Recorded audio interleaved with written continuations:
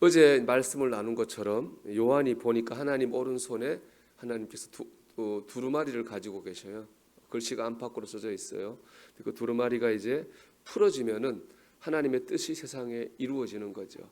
근데 문제가 있습니다. 두루마리가 7개로 이렇게 인봉이 돼 있는데 그 인봉된 거를 풀 사람이 없는 거예요. 그 사도 요한이 울었어요. 지금 고난 가운데 있는데 소망 하나는 하나님의 저 뜻이 이루어지는 게 내 소망, 우리의 소망인데 그거를 풀 사람이 없으니까 얼마나 괴로웠겠습니까? 그때 일찍 어린 양이 나오죠. 일찍 죽임을 당하셨고 7뿔과 7눈을 가진 어린 양이 나옵니다. 바로 예수님이죠. 그리고 그 예수님께서 어린 양이 하나님의 손에서 두루마리를 취하셨습니다. 이게 오늘 말씀의 7절입니다. 예수님께서 그 두루마리를 취하셨다고 하는 것은 하나님으로부터 하나님의 뜻을 행할 권세를 받으셨다는 거예요. 마태복음 28장 18절 말씀 보면 예수께서 나와 말씀하여 이르시되 하늘과 땅의 모든 권세를 내게 주셨으니 그렇게 말씀하셨거든요. 즉 주님께서 하나님의 오른손에서 두루마리를 취하셨다고 하는 것은 하나님으로부터 이 땅을 심판하고 믿는 사람을 구원할 권세를 받으셨다는 거죠. 주님 그 권세를 가지고 이 땅을 심판하고 믿는 자를 구원하실 것입니다. 그런데 여러분, 오늘 나누고자 하는 말씀의 핵심은 이거예요. 주님께서 그 권세를 그냥 받으신 게 아니라는 거예요. 오직 예수님이 하나님의 아들이라는 그 이유로 특권이죠. 그 권세로 그 두루마리를 받은 것은 아니라는 거예요. 여러분 9절 보십시오. 그들이 새 노래를 불러 이르되 두루마리를 가지시고 그 인봉을 떼기에 합당하시도다.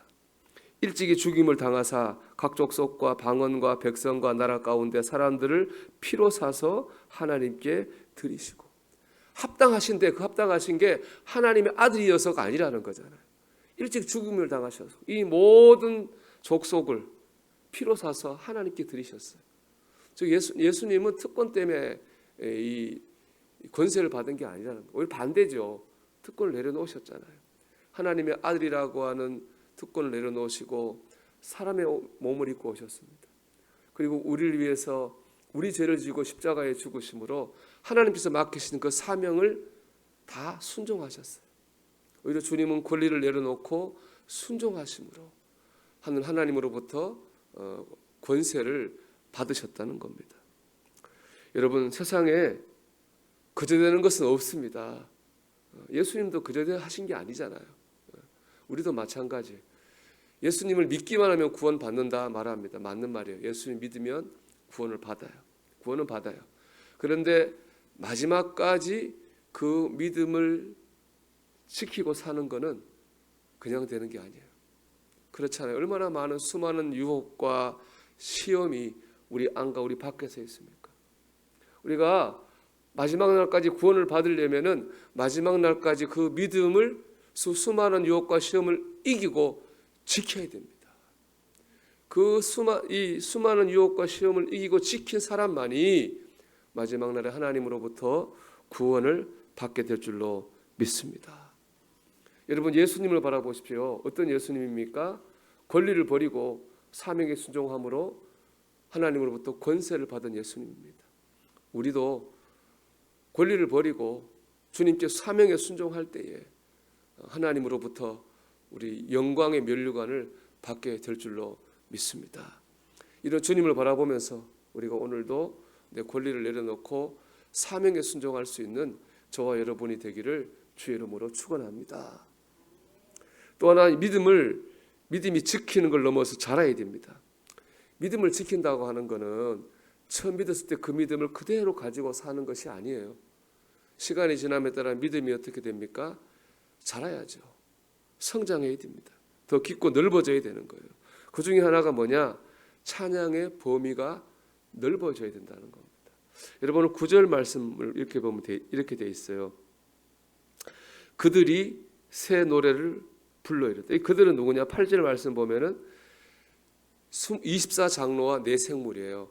9절 보면 24장로와 네 생물이 주님 어린 양 예수를 찬양하고 있거든요. 11절을 볼까요?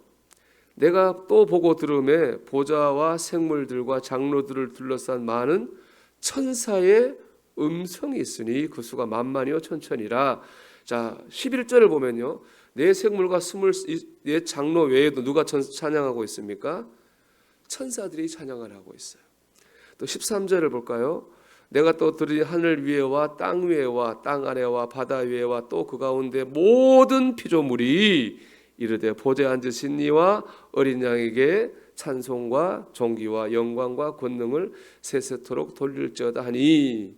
13절은 보니까 이번에는 하늘 위에와 하늘 밑에와 땅 아래와 땅 밑에 있는 모든 피조물이 하나님과 어린 양 예수를 찬양하고 있어요.